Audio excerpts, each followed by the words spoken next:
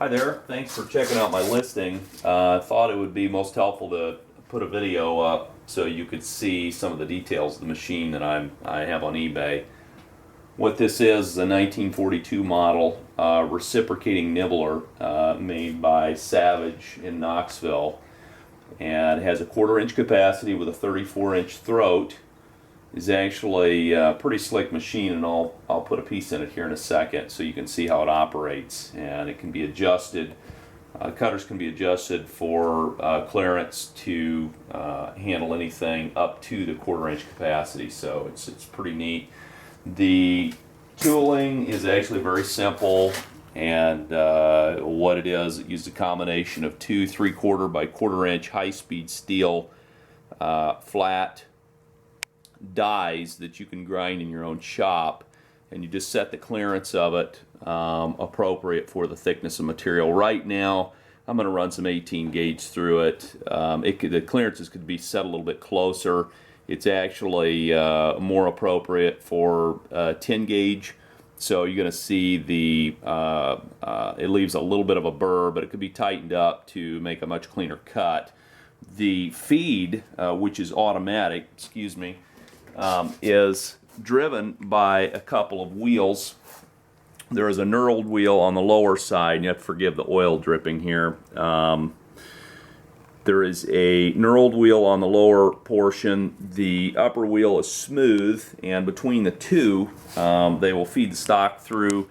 That is fed by a ratcheting pawl, and depending on the step here on this cam, and of course you've got a thumb wheel, or a thumb screw rather, to adjust the degree of movement.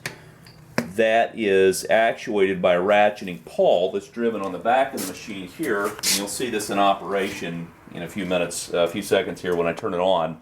But depending on the degree of exposure, it will grab however many teeth on the wheel, and thereby feed the stock through. This gear is attached to the back of that shaft that the wheel is attached to on the front. So you can kind of see how it works. The clutch, it's just a simple cone type clutch that is actuated by the foot pedal. There's an adjustable linkage so you can adjust the clutch for wear, and I guess really the best thing for me to do is just show you how it works. It is a 3-phase machine driven by a 2-horse GE motor.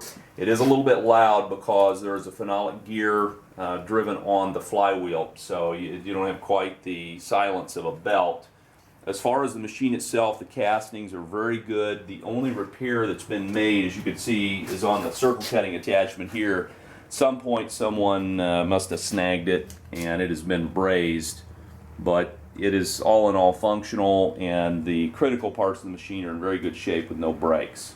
So without further ado, I'll fire it up and run a piece of metal through it. I do run it on a phase converter because I don't have 3-phase in my shop.